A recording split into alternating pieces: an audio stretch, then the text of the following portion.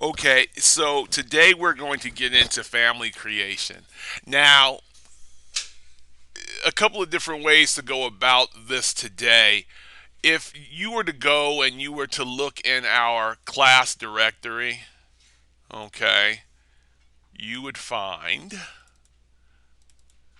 under 25601 students, and under the lecture start files there is a lecture 12 file, and it's a previous file. Okay, however, we're not going to use this file for much of anything today except for it to be a host. Okay, so you don't need to, you can open this file right now if you want, but you don't have to. All right, if you go ahead and open it, all right, um, here's what I would tell you: immediately go in and go save as the current project, and you can save this under your initials. Okay, but now we're going to go to file, and when we go to file we're going to go to new, and here we're going to go to where it says family. Okay, because today is family creation, and it's going to take you directly to this select template file where it should say English 1. And what you'll learn over time is that if I want to create a specific type of family, and we're going to go over this when we get in there, when we start talking about parameters, these are pre-made templates for certain kinds of families.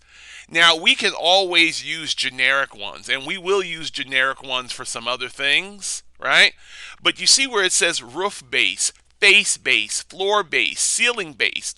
You don't want to use those, of course, unless you want something that needs to attach itself to a floor, wall, or a ceiling. What we're going to use today is this one simply that says furniture. And when I click on that and hit open, you will see that the only thing here right now are these reference planes. Now, up to now, we haven't talked about reference planes and what they are.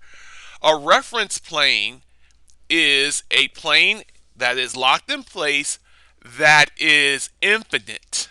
And when I say infinite, that line, even though it looks like it stops there, essentially can go on eternally. All right. So reference planes are something that we use to work on. And when you look at a reference plane, if I was to type in RP on the keyboard, I can draw a reference plane. All right.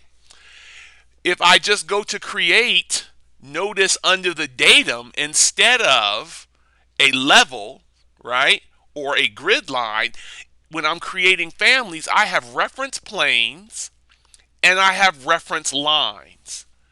You will not use reference lines at this point. Reference lines are used for angular parameters, and we probably won't get that far, but you will use reference planes. And reference planes, you'll find out too, are things that we can name. So, right now, I want to show you basically the greatest use of reference planes are that they let us constrain things.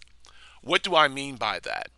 Well, in this simple family that we haven't even named yet, if I went in here and clicked on reference plane, and I drew a reference plane here, and then I drew a reference plane right here,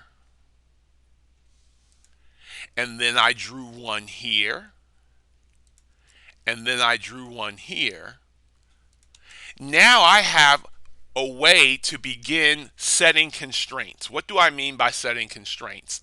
Well, if I go to the Annotate tab and I go to Align Dimension and I click on this, notice I'm going to click here, to here, and to here, right? And then I'm going to click where it says EQ here, and when I click that EQ, it makes those dimensions equal. Then I'm going to place one more dimension out here and leave that for the time being.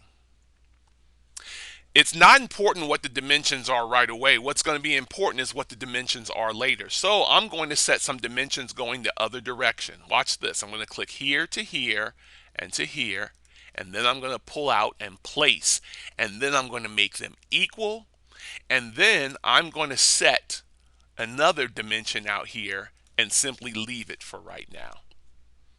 While I'm here, I'm going to go to File, and I'm going to click Save As, save the current family, and in my Lecture 12 directory, hopefully it should default you to your own Lecture 12 directory. If it doesn't, you'll need to click here and then go to the V drive and get there yourself.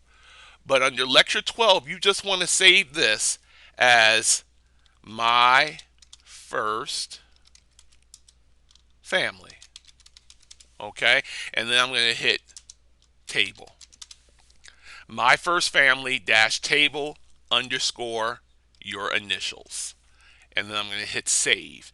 And I'm going to go ahead and stop this video, and we'll pick up in the next video.